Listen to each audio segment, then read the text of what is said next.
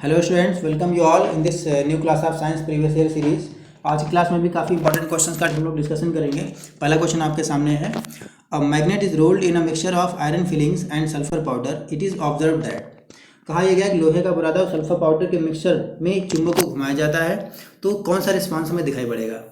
ठीक है, तो इस क्वेश्चन को अटेम्प्ट करने से पहले आपको ये जानना जरूरी है कि यहाँ पे जो सल्फर पाउडर है उसका मैग्नेटिज्म से कोई रिलेशन नहीं है, ये कोई रिस्पांस शो नहीं करेगा। तो जिस ऑप्शन में सल्फर पाउडर का रिस्पांस दिखाया गया है वो इनकरेक्ट हो जाएगा।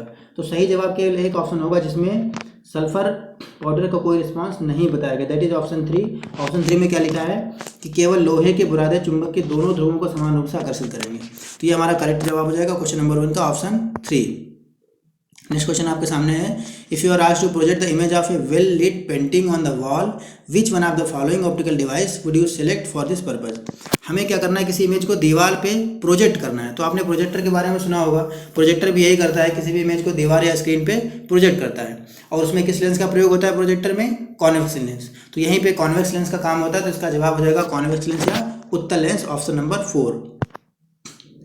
नेक्स्ट क्वेश्चन में बात करते हैं, an object of mass 5 kg sliding on a smooth frictionless horizontal surface with a constant velocity of 10 metre per second, the force required to keep the object moving with the same velocity. यानी 5 kg का पिंड है, वो 10 metre per second की speed से फिसल रहा है, हमें फोर्स चाहिए। तो फोर्स का फॉर्मूला होता है मास इंटू एक्सेलरेशन। एक्सेलरेशन को अगेन हम वेलोसिटी अपॉन टाइम कर सकते हैं। तो यहाँ पे फोर्स के लिए हमें चाहिए होगा mass into velocity upon time. Time given है, उसको 1 सेकंड मान सकते हैं। तो हमें सिंपली मास और वेलोसिटी को मल्टीप्लाई कर देंगे, तो 5 10 जा 50 न्यूटन जवाब हो जाएगा क्वेश्चन नंबर 3 का ऑप्शन 2। नेक्स्ट क्वेश्चन है, select the correct sequence of parts in the human elementary canal.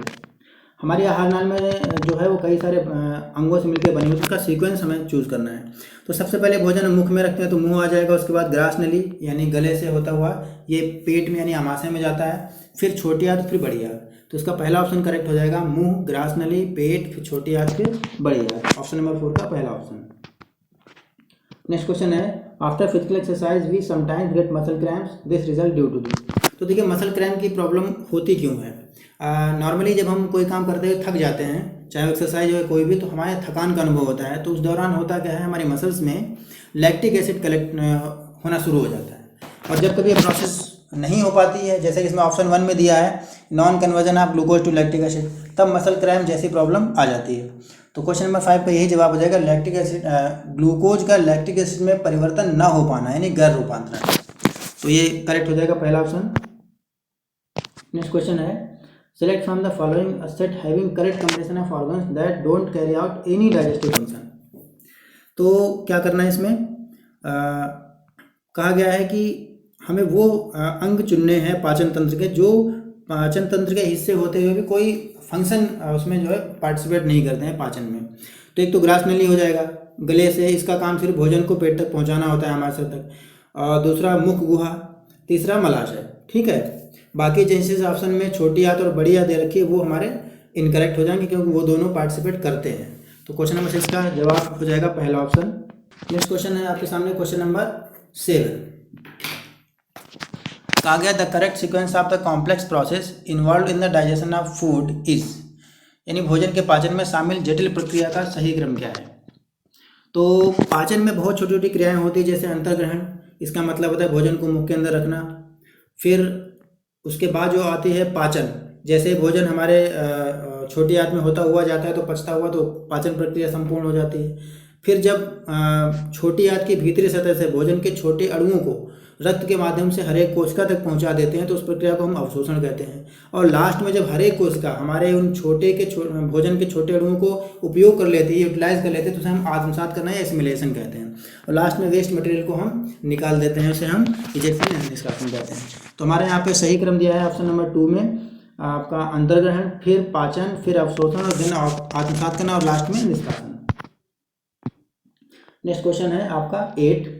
Before playing a sitar, a sitarist always adjusts the tension of the string of the sitar and tries to pluck it suitably. By doing so, the sitarist adjusts the। तो देखिए कोई भी वाद्य यंत्र अगर बजाया जाता है, उसका ये होता है कि उसकी आवाज़ मधुर से मधुरतम हो, इसके लिए वो उसके तनाव को बढ़ाता है। तनाव बढ़ाने से उसकी आवृत्ति बढ़ती है डोरी की, और आवृत्ति का संबंध होता है पिच से। तो इनडायरेक्टली वो पिच को बढ़ाना चाहता है, जितनी ज़्यादा पिच होगी उतना ही बढ़िया मधुर आवाज़ निकलेगी। तो क्वेश्चन नंबर 8 का जवाब हो जाएगा सितार के तार का तारत्व।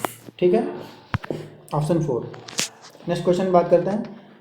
भारी सामान ढोने वाले पोर्टर के पास हमेशा कपड़े का लंबा टुकड़ा होता है। अपने सिर पर भार रख ले जाने से पहले कपड़े को गोल डिस्क के आकार में मोड़ते हैं और उसे सिर पर रखते हैं। इसकी वजह क्या होती है? क्योंकि वो उनकी कोशिश होती है कि बोझ के द्वारा उनके सिर पर कम से कम दाब आरोपित हो, और दाब जो है क्षेत्रफल जो कॉन्टैक्ट एरिया होता है इससे इन्वर्सली प्रोपोर्शनल होता है। तो एरिया जितना बढ़ाया जाएगा दाब उतना कम लगेगा। तो एरिया बढ़ाने के लिए यानी increase the area of contact of the load of luggage with their head, ऐसा वो करते हैं। तो क्वेश्चन नंबर 9 का हो जाएगा आपका सही आंसर ऑप्शन 1। नेक्स्ट क्वेश्चन पढ़ते हैं, question number 10। Some dinosaurs and feathers although they could not fly but birds have feathers that help them to fly in the context of evolution this means that। तो यहाँ पे कौन सा तथ्य निकल के आ रहा है? यहाँ पे दोनों में देखा जाए, हमें ध्यान देना है कि डायनासोर के भी पंख हैं और पक्षियों के भी पंख हैं, यानी संरचना समान है लेकिन फंक्शन अलग अलग है। जहाँ पक्षी जो है इन पंखों का इस्तेमाल उड़ने के लिए करते हैं जबकि डायनासोर नहीं कर पाते हैं। तो ऐसे जो भी अंग होते हैं जिनकी संरचना बनावट समान होती है लेकिन फंक्शन डिफरेंट हो उन्हें हम समजात अंग कहते हैं। तो इसका ऑप्शन 4 जो है वो सही इसका कंक्लूजन हो जाएगा। Feathers are homologous structure in both the organism. तो क्वेश्चन नंबर 10 का ऑप्शन 4 करेक्ट हो जाएगा। नेक्स्ट क्वेश्चन आपके सामने है 11।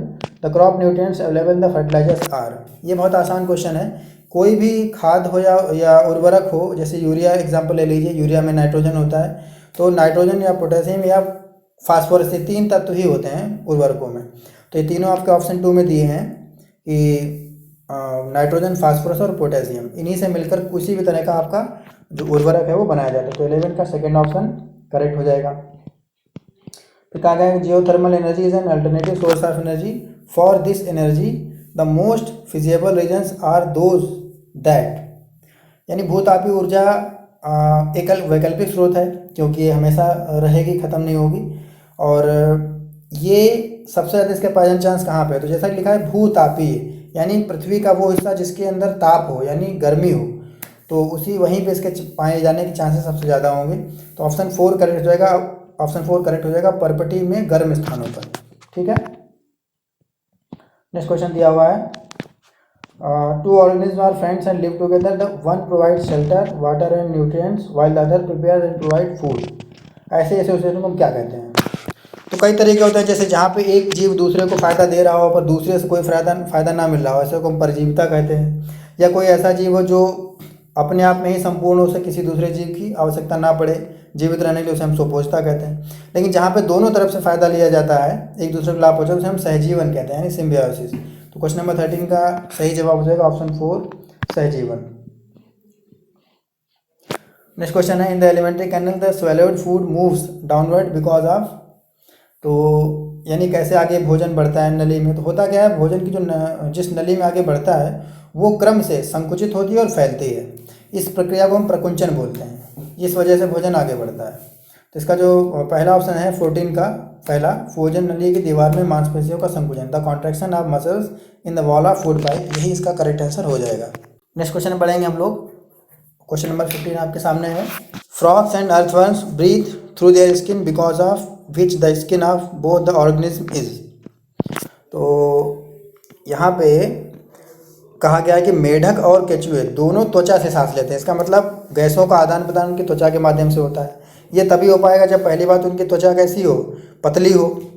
दूसरा, चूंकि अक्सर नम वातावरण में रहते हैं तो उनकी त्वचा जो है मॉइस्ट होती है। तो इसका जवाब हो जाएगा मॉइस्ट एंड स्लिमी, नम और पतली। क्वेश्चन नंबर 15 का करेक्ट आंसर हो जाएगा ऑप्शन 4। नेक्स्ट क्वेश्चन आपके सामने है। You are provided with a concave mirror, convex lens, concave mirror and concave lens, यानी 4 चीज़ें आपको दी हैं। बताना ये है कि हमें इनमें से किससे बड़ी इमेज मिलेगी, यानी ऑब्जेक्ट से बढ़ी हुई इमेज मिलेगी। तो इमेज बड़ी 2 चीज़ों से होती है, या तो आपके पास कॉन्वेक्स लेंस होना चाहिए या फिर कॉन्केव मिरर होना चाहिए, यानी उत्तल लेंस या अवतल दर्पण, जो कि आपके ऑप्शन नंबर 4 में दिया हुआ है। तो 16 का सही जो हो जाएगा ऑप्शन 4, अवतल दर्पण या उत्तल लेंस, इनसे हमें इमेज बढ़ी हुई मिलती है। नेक्स्ट क्वेश्चन है, निम्नलिखित में से खरीफ फसलों का सेट चुनिए। Select from the following set of kharif fossils. तो फसलें मुख्यतः 3 तरह की होती हैं, खरीफ, रबी और जायद। हमारा कृषि वर्ष जुलाई से जून तक चलता है, तो जुलाई से अक्टूबर तक जो मौसम रहता है वो होता है आपका खरीफ फसलों का। फिर अक्टूबर से मार्च तक का जो मौसम होता है वो रबी फसलों का, और मार्च से जून तक के बीच का जो गर्मी का मौसम होता है वो होता है जायद फसलों का। ठीक है, तो जैसे रबी फसल में आ जाता है आपका गेहूँ, ठीक है, उसके अलावा जो दलहन और तिलहन, और खरीफ में आ जाएगा आपका चावल और मोटा अनाज। इसी तरीके से जायद में आ जाता है जैसे कि तरबूज या खरबूजे वगैरह। तो यहाँ पे ऑप्शन 1, 3 एंड 4 में अलसी दिया हुआ है, मूंगफली दिया हुआ, तो ये तो आपका रबी फसल का हो जाएगा। तो ऑप्शन 2 करेक्ट हो जाएगा, धान, मक्का, कपास और सोयाबीन। तो 17 का ऑप्शन 2 करेक्ट हो जाएगा। नेक्स्ट क्वेश्चन है question number 18। Aqua solution of बचाव the following oxides will change the colour of blue litmus to red. तो ध्यान दीजिए, जब भी लिटमस पेपर लाल हो जाता है नीले से, तो ये अम्लीय प्रवृत्ति दर्शाता है, एसिडिक नेचर करता है। तो ऑप्शन जो चारों ऑप्शन में से वो कौन सा कंपाउंड है जो हमें एसिडिक नेचर वाला सोल्यूशन देगा? तो यहाँ पे आप देखेंगे ऑप्शन 4 में जो सल्फर डाइऑक्साइड है, जब भी इसका हम जलीय विलयन बनाएंगे यानी जल के साथ रिएक्ट करेंगे तो हमें सल्फ्यूरिक एसिड मिलेगा, H2SO4 मिलेगा। और चूँकि वो सल्फ्यूरिक एसिड है तो एसिड होने की वजह से उसके अंदर एसिडिक प्रॉपर्टी होगी और वो नीले लिटमस पेपर को लाल कर देगा। तो क्वेश्चन नंबर 18 का जवाब हो जाएगा ऑप्शन 4। नेक्स्ट क्वेश्चन है विच of the following is a pair of exhaustible natural resources, यानी वो कौन से प्राकृतिक संसाधन हैं जो एक समय बाद समाप्त हो जाने अगर उनका संरक्षण ना किया जाए। तो पहले ऑप्शन में तो मिट्टी दिया हुआ है जो कि नहीं होगा, 4th में सूरज की रोशनी है जो कि नहीं होगी, उसी तरीके से पानी भी बहुतायत मात्रा में है। तो ऑप्शन 3 देखिए क्वेश्चन नंबर 19 का 3 में खनिज और वन्य जीव, ये दोनों चीज़ें ऐसी हैं जिनको अगर हम संरक्षित ना करें तो एक समय पे ये विलुप्त हो जाती हैं, समाप्त हो जाती हैं। तो क्वेश्चन नंबर 19 का करेक्ट आंसर हो जाएगा ऑप्शन 3 खनिज और वन्य जीव, minerals and wildlife. Last question बात कर लेते हैं which of the following pairs is related in the inheritance of character, chromosome and genes, chromosome and mitochondria, cell membranes and cell wall, cell membranes and chloroplast. तो देखिए, जब भी वंशानुगत की बात आती है, इनहेरिटेंस की बात आती है, तो एक सेल को समझ लेते हैं। सेल के अंदर होता है केंद्रक, केंद्र के अंदर धागे जैसे संरचनाएं होती है जिन्हें हम क्रोमोसोम या गुणसूत्र कहते हैं, और इन्हीं गुणसूत्रों के अंदर जो सबसे यूनिट ऑफ इनहेरिटेंस है यानी कि वंशानुगत की इकाई है जीन, वो पाए जाते हैं। तो दो चीज़ ऑप्शन 1 में जो दिया है गुणसूत्र और जीन, ये दो चीज़ें जिम्मेदार होती हैं किसी भी तरह के गुणों को माता पिता से पीढ़ियों तक पहुंचाने के लिए, आने वाली पीढ़ियों तक पहुंचाने के लिए। तो क्वेश्चन नंबर 20 का करेक्ट आंसर हो जाएगा आपका पहला ऑप्शन क्रोमोसोम एंड जीन। तो स्टूडेंट्स मिलते हैं आपसे नेक्स्ट क्लास में इसी तरह की, और आई होप आपको ये क्लास अच्छी लगी होगी। तो ओके, तब तक के लिए bye bye, take care, see you.